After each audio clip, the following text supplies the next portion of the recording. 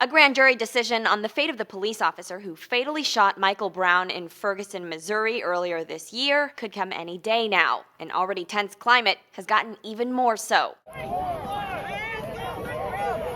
3 protesters were arrested Thursday night as, for the second night in a row, they clashed with police in front of the Ferguson police station. 5 were reportedly arrested Wednesday. To help alleviate some of the tension on the Ferguson police, CNN is reporting that Darren Wilson, the officer who killed Brown, is planning to resign as soon as Friday, though that might not happen if he's not indicted. The protests follow Missouri Governor Jay Nixon's declaration of a state of emergency on Monday as a precaution in case the grand jury rules not to indict Officer Wilson. Those protests aren't expected to be limited to just Ferguson, though.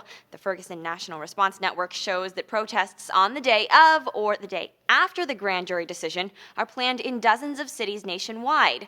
One is even planned in Toronto, Canada. U.S. Attorney General Eric Holder released a video Friday urging police nationwide to use restraint when confronting any protests. These struggles go to the heart of who we are and who we aspire to be. At least one police chief in Boston already seemed to have that in mind, telling the Boston Herald his officers won't be showing up to any protests dressed in the full riot gear typically seen on officers in Ferguson the past few months. And St. Louis Forward, a movement aimed at easing tension in the region, released a PSA with Michael Brown's father, asking people to refrain from violence, whatever the grand jury's decision might be. I do not want my son's death to be in vain.